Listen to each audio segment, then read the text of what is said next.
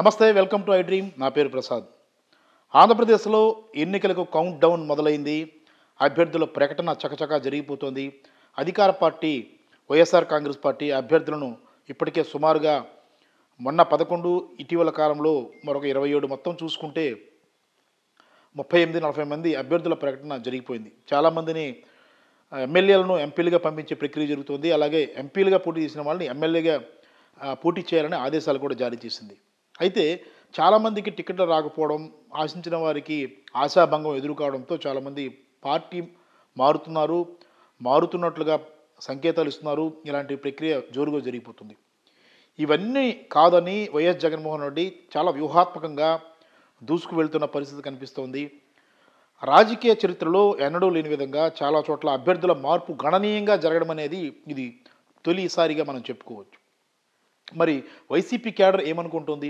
ఇలాంటి మార్పులు చేర్పులతో పాటు చాలామంది పార్టీ నుంచి వెళ్ళిపోవడాన్ని సామాన్యమైన క్యాడరే కీలకంగా ఉంటున్న వేళ ఆ క్యాడర్ ఏమనుకుంటుంది అనే అంశానికి సంబంధించి వైఎస్ఆర్ కాంగ్రెస్ పార్టీ మహిళా నాయకురాలు మల్లేశ్వరి మనతో ఉన్నారు. Madam, welcome to I dream.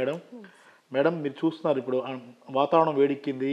ఎన్నికలకు అంటే కౌంట్ డౌన్ స్టార్ట్ అయింది. నోటిఫికేషన్ రావడమే తరువే నిజం చెప్పాలంటే.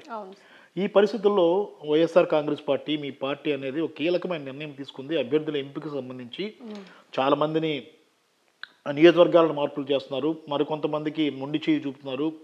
కొత్త వాళ్ళని ఆహ్వానించి అక్కడ సమన్వయకర్తలుగా ప్రకటించడం జరుగుతుంది. అంటే ఇది ఎంతవరకు సఫలీకృతం అవ్వచ్చు? జగన్ గారి ప్లాన్ అనేది ఏంటి? అసలు అతను ఆ ప్లాన్ వెనుకున్న అసలు కోణం ఏంటి?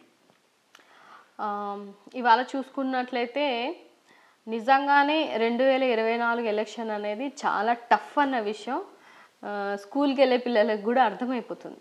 ఎందుకంటే సినారియో అలా ఉంది. సో ఇలాంటి సిచ్యువేషన్లో ఆయన యొక్క స్ట్రాటజీ ప్రకారమే, ఎందుకంటే మళ్ళీ 2024లో ఆయన నాయకత్వం రావాలి, పార్టీ రావాలి. ఫస్ట్ ఆఫ్ ఆల్ ఇక్కడ నాయకుల మనోభావాల లేకపోతే వాళ్ళ యొక్క ఇష్టానుసారంగా కాకుండా మళ్ళీ 24లో ఆయన నిలబడ్డారు అని అంటే డెఫినెట్గా ఇవాళ సాక్రిఫైస్ చేసిన ప్రతి ఒక్కరికి ఆయన ఒక దారి చూపిస్తారు. ఆల్రెడీ సిట్టింగ్ ఎమ్మెల్యేలందరినీ పిలవడం జరుగుతుంది, ఆయన చెప్పడం జరుగుతుంది. వాళ్ళకి మరొక కొత్త స్థానాన్ని లేకపోతే ఒక స్టెప్ పెరిగే స్థానాలనే ఇస్తానని చెప్పేసి ఆయన ప్రామిస్ చేయడం కూడా జరుగుతుంది. సో ఇలాంటి సిచ్యువేషన్లో దీన్ని పెద్దగా అంటే ఈ టైంలో ఏ పార్టీలో అయినా సరే టికెట్ ఇవ్వలేదంటే వాళ్ళ మనోభావాలు దెబ్బతింటాయి.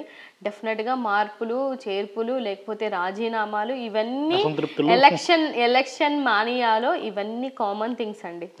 దీన్నేమి హైలైట్ చేసేసి రాజీనామాలు చేసేస్తున్నారు లేకపోతే వెళ్ళిపోతున్నారు అని అనుకోవడానికి లేదు. దీని ఇంపాక్ట్ పార్టీ మీద పడుతుంది లేకపోతే జగన్ గారు దీని మీద అంటే ఏదో చాలా మంది న్యూస్ లో వేస్తున్నారు, మీమ్స్ లో కూడా వేస్తున్నారు షాక్ అని. ఆయన ఏమి షాక్ అవ్వరు. షాక్ అనుకున్న వాళ్ళకి షాక్ ఇస్తారు. బికాస్ హీఈస్ ఏ లైక్ ఒక లెజెండరీ పర్సన్, విజన్ ఉన్న పర్సన్. లేదు అని అంటే ఆయన ప్రస్థానం ఏంటి, ఎలాగొచ్చారు, ఎలా పార్టీని నిలబెట్టారు, ఎన్ని ఫేస్ చేసి ఆయన ఇవాళ నిలబెట్టారు అని అనేది అందరికీ తెలిసిన విషయమే. అంటే జగన్మోహన్ రెడ్డి గారు మాట ఇచ్చారంటే చేస్తారంతే అనేది ఆ పార్టీకి సంబంధించి, మీ పార్టీకి సంబంధించిన నినాదం అది. ఏదైనా హామీ ఇస్తే ఖచ్చితంగా చేస్తాడైనా అనేది ఒక నమ్మకం, జనంలో కూడా అదే నమ్మకం. అందుకనే మరోసారి మళ్ళీ ఆయన గెలిపించుకోవాలన్న ఆలోచనతో ఉన్నారనేది తాజా సర్వేల రిపోర్ట్ మనం చూస్తున్నాం. అంటే ఈ నాయకులు ఎవరికైతే మొండిచే ఎదురవుతుందో, టికెట్లు రావడం లేదో అలాంటి వారు ఖచ్చితంగా జగన్మోహన్ రెడ్డి ఒక ప్రత్యామ్నాయ పదవులు ఇస్తారన్న నమ్మకం ఉందా? అదే చెప్తున్నారు కదండి, అది జగన్మోహన్ రెడ్డి గారు చేసినటువంటి ప్రామిస్, ఇక్కడున్న ఎవరు చేసినటువంటి ప్రామిస్ కాదు. లైక్ ఇంకోటి ఏంటంటే మేము కొత్తగా వచ్చాం పార్టీలోకి, ముందుగానే ఎలక్షన్కి ముందుగానే ఆయన నమ్మి ఆయన మాకు స్థానాలు ఇచ్చినా ఇవ్వకపోయినా కూడా ఆయన సీఎం అవ్వాలనే ఒక ఉద్దేశంతో నేను 4 నెలల ముందే పార్టీలోకి రావడం జరిగింది. వీళ్ళందరూ ఇంకా ముందు నుంచి సాని చూసినటువంటి వ్యక్తులు, ఇవాళ రాజీనామా చేసి వెళ్ళిపోతున్న వాళ్ళందరూ అండ్ ఎంతో కొంత ఆయన ద్వారా లబ్ధి పొందిన వ్యక్తులే. ఆయన చేయగలరా, మాటిస్తే చేయలేని వ్యక్తి అనేది వాళ్ళ ఏమంటారు వాళ్ళకే నేను వదిలేస్తున్నాను. వాళ్ళ విజ్ఞతకే వదిలేస్తున్నాను. అండ్ సమ్వేర్ ఎక్కడో వాళ్ళ మనోభావాలు దెబ్బతిన్నాయి కాబట్టి వాళ్ళు వెళ్ళిపోవడం జరుగుతుంది. సో నేనేమంటున్నానంటే ఆయన కట్టుబడి పనిచేస్తే డెఫినెట్గా అవకాశం ఇస్తారు అని అనేది ఇది వాస్తవం. ఇవాళ కింద ఉన్న క్యాడర్ అందరూ అదే నమ్ముతున్నారు, బయట నుంచి వచ్చిన వాళ్ళం కూడా మేము అదే నమ్ముతున్నాము. ఇవాళ పార్టీలో మమేకం అయిపోయాం మేము కూడా. సో ఇస్తారా ఇవ్వరా లేకపోతే ఇంకోట కాదు, మన end of the day target ఏంటి? 2024 ఎలక్షన్లో మనం గెలవాలి, మన పార్టీని గెలిపించుకోవాలి. గెలిపించుకుంటే 100% ఆయన ఇవాళ కాకపోయినా రేపైనా చేసే వ్యక్తే, అది అందరికీ తెలిసిన విషయం. సో దానికోసం మిగతా పార్టీలు, అపోజిషన్ పార్టీలు ఆయన షాక్ అయ్యారు, దిగ్భ్రాంతికి లోనయ్యారు, వాళ్ళు లోనవుతారేమో తప్ప ఆయన లోనే ఏంటి పరిస్థితి ఏం లేదు. Is a master mind.